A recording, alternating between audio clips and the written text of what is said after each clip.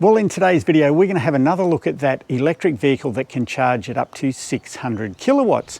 That's right, we're visiting the open day at the Brisbane Metro Rochedale Depot, and there's lots of stuff happening down there today. We've got some food trucks, we've got giveaways, we've got some historical buses on display, but we're also going to go for a short ride on the Metro itself, and we're going to have a look at some of the other buildings down there, like the admin building and the driver's quarters. So stay with us. This video is brought to you by ReGen EV Charging Install, Australia's residential and commercial EVSE installation specialists. Links to these sponsors are in the show notes. A shuttle bus to go along one stop to the new Rochedale Metro station here in Brisbane for a community open day to check out the new Metro electric buses and also have a closer look around the station. So what do you reckon, little man? I don't know. So it should be a good day. There's actually quite a few people here. Unfortunately, it's been raining this morning. There's been quite a heavy shower come over. But it has cleared up now, so let's hope the skies stay clear for us. And we'll pan around, but as you can see, there's quite a lot of people here waiting. So, as I mentioned, 8 Mile Plains bus station here today. There's 3 stations that you can actually get picked up. So Griffith University, the Garden City shopping centre station, and this one here at 8 Mile Plains. So there's multiple buses running through to the depot. So we'll check back in when we hit the depot.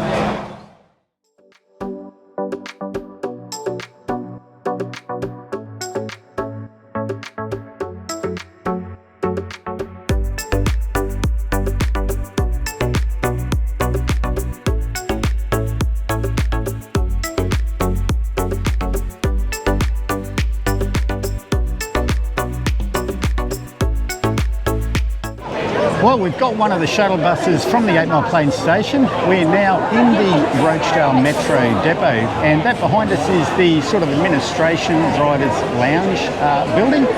Now, the excitement is building. The shuttle buses are arriving. They're articulated buses, probably bringing about 80, 100 people each one. So the crowds are building here. We've got a line over there. I'll show you guys shortly to go for a ride on the Metro buses. So we've only got 1 hour here. There's a schedule of different sessions, and we've been on the first session, so we're the first ones in for the day, but we've pretty much got an hour to zoom around, have a look at everything, have a chat to some people, and then we've got to get out so that they can start the next session. I did ask for a media contact, and I've been given an external firm, but I can't talk to them today, unfortunately, so that will be another separate video. So what do you reckon, little man? Lots of people around, isn't there? Yeah, and everyone's pretty excited. We've got obviously transport buffs, we've got some ex-bus drivers we've been talking about that are really excited about the new sort of electric transport options and buses, so they're here to have a look, and lots of families as well. So we'll just pan around and have a look. So there we go, that's, as we mentioned, the admin building. There's a line snaking around to go for a ride on the Metros back there. There's the Metros lined up, ready to load the passengers on and take them for a run. I think we'll only be driving around the depot. I don't think we're actually going out on the roads or onto the busway. And there you'll see some of the charges for the Metro buses while they sit and dwell.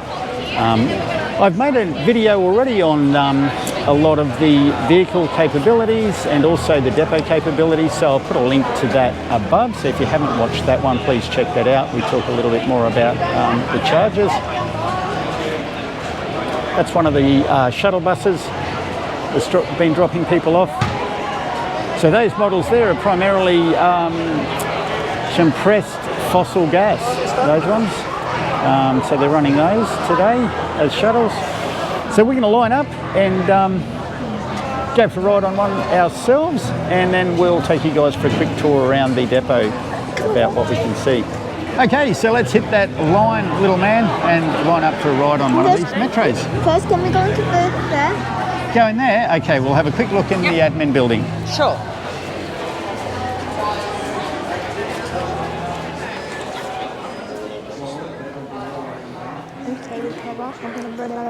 So yeah, really nice facility. This is where members of the public or guests, I'd imagine contractors, etc., are first going to come in.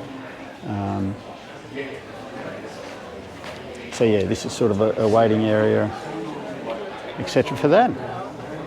Okay, so let's go out and line up for a run or a ride on the Metro.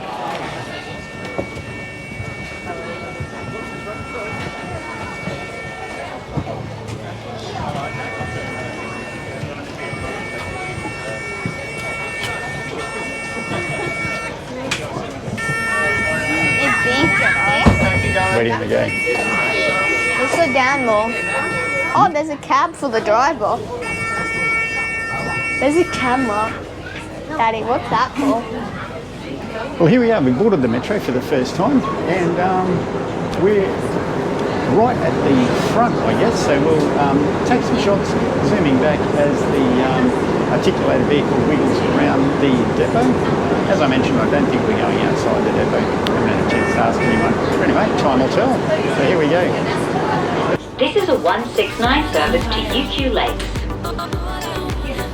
This is a 169 service to UQ Lakes.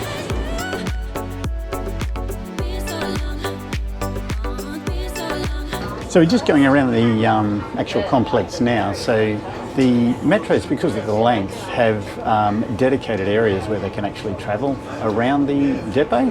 So it's a one-way circular sort of design. And we just went past all the transformers and the electrical gear.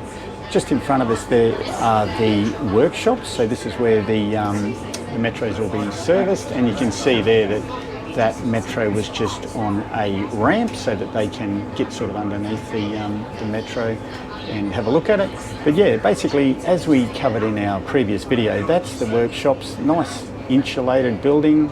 Even those panel lift doors are all insulated, so that'll be fantastic for efficiency for the building and the complex, and also the workers. And that's a really good shot of those chargers now. So as we suspected, I don't think we're going out of the depot. We're just going to go around, but that's a really good shot. What have we got? 1, 2, 3, 4, 5. So we've currently got 5 chargers there, and we've got additional, looks like, space to put in a couple more. And I can't wait to find out the technical details of those and just how quick they can charge. And as we suspected, there's some toilet amenities block there, so while the drivers stop for a toilet break, the buses are getting a huge amount of charge loaded into them. So yeah, the drivers will be able to stop, go to the loo, fill their water bottle up, go back to their vehicle, and it'll be interesting to see how much charge has been put in once we finally get an interview. Kids are really interested in this sort of stuff, so it's going to be good to see that the younger generations are going to grow up with sustainable, efficient and healthy transport like this instead of the stinky old, loud, noisy, vibrating diesel buses that we've had over the years. And hopefully that'll encourage more people to use public transport, because we've really, electric cars aren't the answer. We've got to get people off the roads and onto mass public transport, walking, push bikes. So the more people we can get onto public transport like this, the better. So really good initiative, and yeah, we should see more and more of it. So that's the entrance and exit gates off the Southeast Busway there. So that's where the bus is heading south. They'll turn left and they'll come into the depot from there after they've dropped their last passengers off at the 8 Mile Plains bus station, which is just in front of us as we're heading north. And if the buses are exiting the depot on their run, they'll turn right there onto the busway and they'll head north. And that over in the distance is the M1 motorway to the Gold Coast. So as I suspected, we're just going around the depot very slowly for a bit of a view. So that's the centre of the depot. We're on the western side now of the workshops. And because it's a community open day, there's some nice little stalls, hot dog stands, etc. And there we are, nearly back to the start. So we've just come past the wash bay there, so that's the wash bay where the buses drive through. like a giant car wash. So there's 2 bays there, so they can be washing 2 buses at a time. And as we mentioned in the other video, all recycled water. All the water on the site is rainwater, except I assume the drinking water. So yeah, there's some more food displays. So now that we've had our ride, we're going to head out onto the field there and we'll have a look around what's out there. And just before we jump off, an observation is there that the drivers of these new Metro vehicles are separated from the passengers. So just behind me there you'll see a door. So I guess very similar to a train, the driver has protection from those unruly passengers they might have from time to time. So we're going to have a look now in the driver's lounge or driver's area. It's funny, you never know what the kids are going to be interested in. So they were more interested in all the other facilities and stuff around the place than the actual vehicle itself. And I'm sure the hot dog stands will be of interest as well. So yeah, here we are in the driver's lounge. Obviously a really nice facility. You've got to look after the drivers. So this looks like the kitchen. Pretty standard, I guess. Kitchen, fridges, vending machines. It looks like a nice area to hang out for the drivers. Look at that, there you go. They're even encouraging new drivers to sign up. I think it'll be very interesting for drivers. I would imagine there'll be a bit of a waiting list to become a Metro driver, because why wouldn't you? You've got a nice, comfortable vehicle to drive. And here we go, this looks like a training room. Maybe a training room, I don't know. Nice lounge chairs. So a room for watching training videos, or it could be just a real kickback room where you can watch some TV. And now we've got the Bathurst 1000 on, so that'll give you guys an idea of when I film this. And in there we've got a gym, so yeah, fully equipped gym. So there you go, you can even come to work and work out. It reminds me actually a bit like the emergency services. So the ambos and the fireys, they often have, particularly the fireys, they'll have those sorts of facilities so they can entertain themselves and work out while they're sitting around waiting for a call out. So yeah, this reminds me a little bit like that. As we mentioned, the kids always find something to entertain themselves. So we've got some little 3D punch-out puzzles that the kids are having an absolute ball with.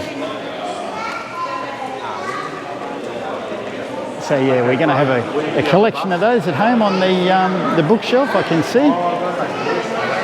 Well, I've got to round these guys up because we've only got about 30 minutes before our session finishes, and then they'll be looking to ship us out to bring the next group of people in. So I'm going to head out on the field and we'll see what we can see out there. Okay, well here we are. We've just came out of the admin drivers area and we're heading across to the workshops. And just behind me there, you'll see the Dwell chargers. Now, as I said, we have got a lot of information on this, so I'll get some more when we get an interview. But that's branded Hitachi, and it's got an emergency stop button in the centre. It's got a CCS2 plug on it, which is the standard plug that 99% of EVs in Australia use now. And it's also got an RFID swipe area, so I'm assuming each bus will have its own unique RFID, maybe each driver, not sure. But yeah, they'll pull in there and they'll swipe and start the charge. But like I said, we'll get a little bit more information on that as time goes on. So we'll head over here and we'll see what they've got in store for us over here at their workshops.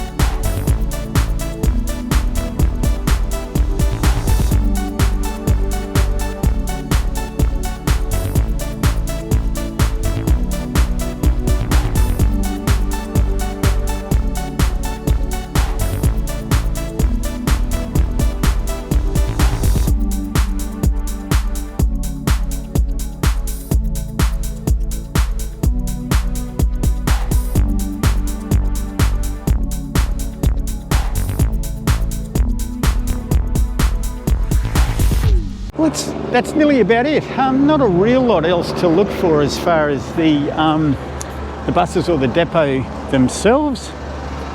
We've got some food trucks here, as you'd normally expect at these sorts of events, but hey, they're pretty boring. We won't include those in the video. They're giving away little plants. My little co-pilot on the video, I've lost him because he was super excited. He's got a free little pot plant.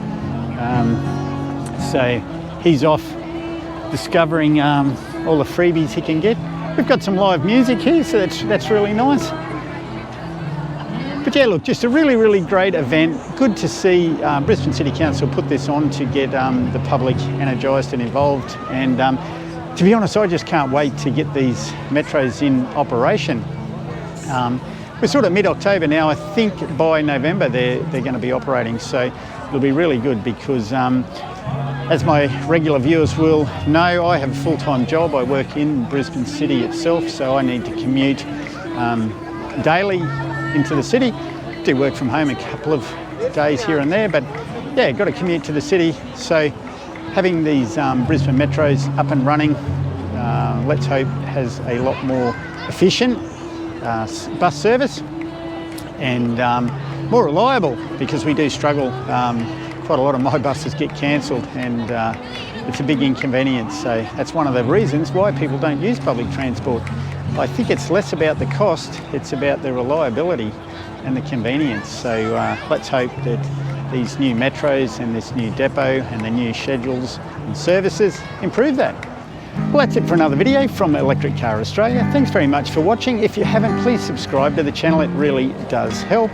And if you'd like to help us out financially, you can throw us a couple of dollars if you can afford it via the donation platforms below. And don't forget, if you're looking for some one-on-one personalised advice on electric cars, EVs, charging, all that sort of stuff, you can book an appointment with me by visiting the website in the show notes. And here's the little man back with his free, what have we got? Violets.